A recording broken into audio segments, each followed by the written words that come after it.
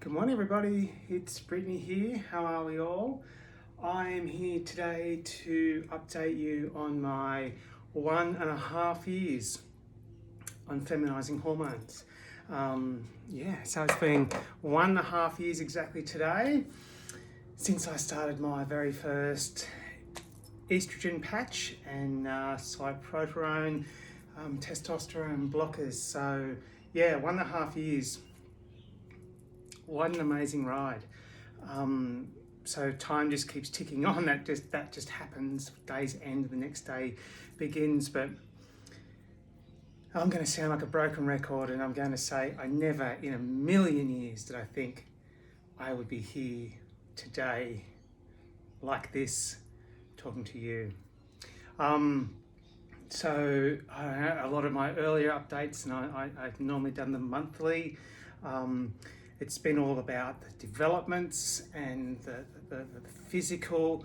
That's all still happening, and that it hasn't really slowed down. There's a lot of things still still going on. I guess it's more still around the mental state and just how I feel.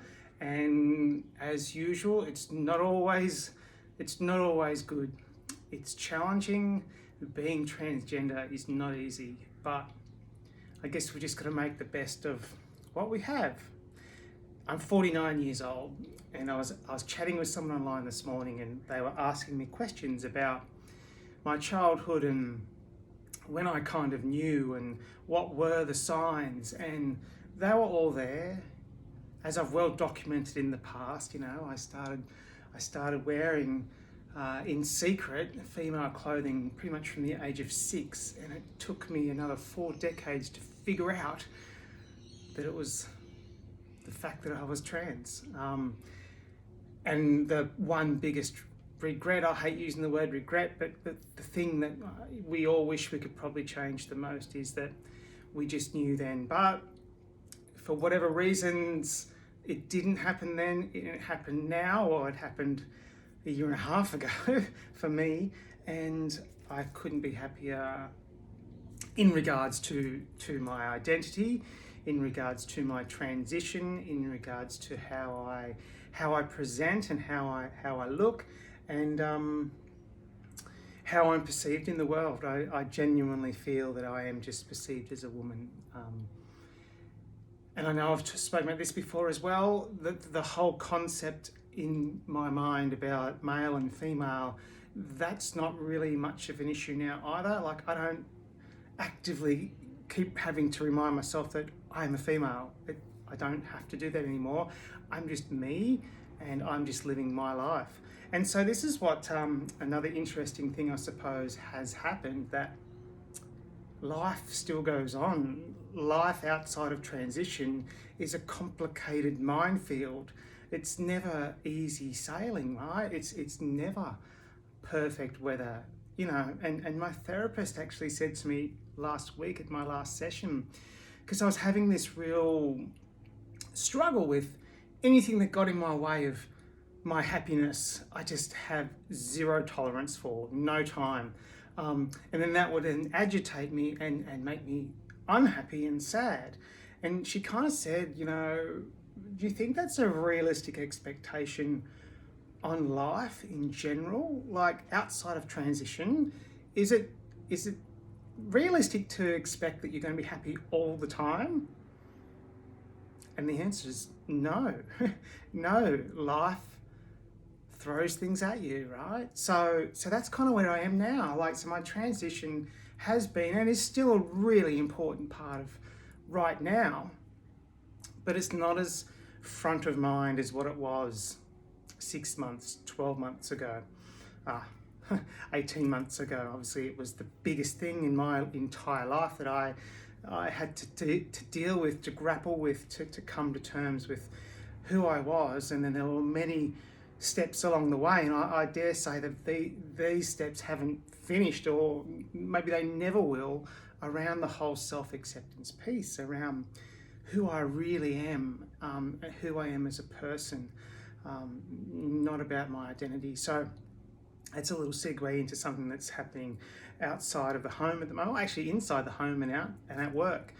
Really looking to use gender neutral pronouns when talking about people in discussion. I just realised I have not put my rings on.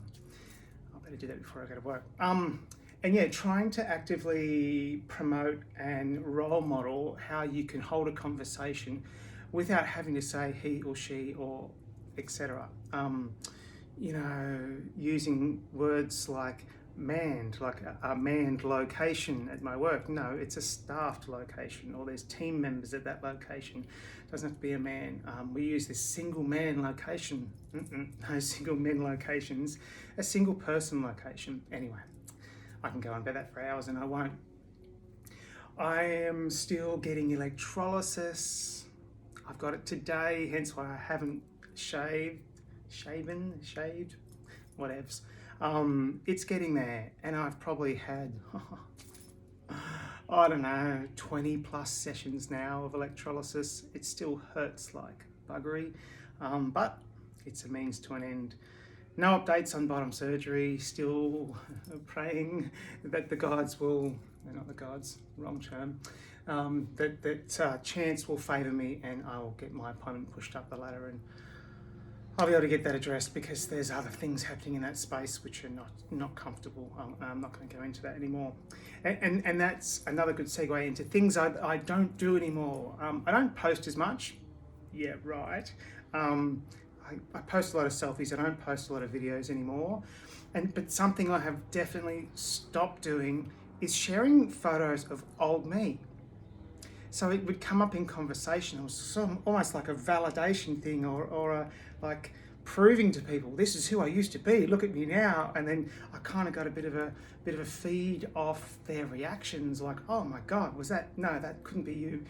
Anyway, and the side by sides, the transition Tuesdays, all that stuff. And it's great. I'm not saying that you shouldn't do it. And if you're doing it and you're getting something from it, please keep doing it. I'm just saying, for me, I just feel as though I don't need nor want to share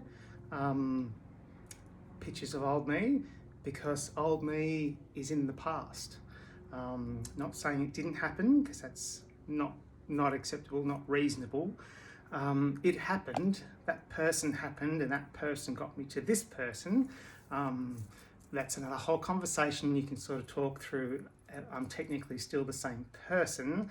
I'm just a more authentic version of who I am now. What else? That lawnmower outside's finally stopped, so I might have to start to wrap up. Not because of the lawnmower, that was silly. But anyway, 1.5 years. I'll finish up by saying, it almost feels like a lifetime. It almost feels like a new life that has commenced, and it's been such a long, at times difficult, but most of the time beautiful experience and journey. But again, talking with some other ladies online who are like at 4 or 5 years transitioning and beyond, it still gives me that excitement inside to think about what's next for me.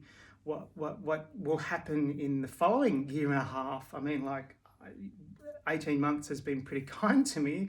What's the next 18 months going to be like? And then beyond that, so my facial surgery, that's another thing I was going to mention. I feel as though I'm going through maybe a healing phase where my scars are kind of a bit, it must be the nerves mending, because I do a lot of nerve blocks and obviously a lot of incisions, lots of stitches. Obviously all the stitches are out.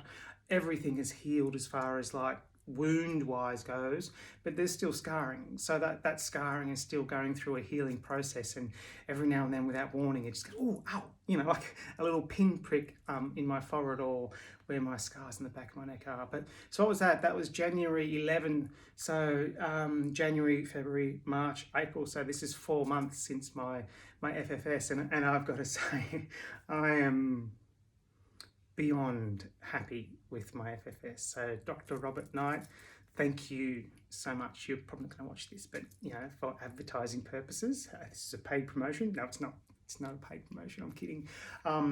My surgeon was Dr. Robert Knight, and he's from Sydney, Australia, and he not only is a gentleman, but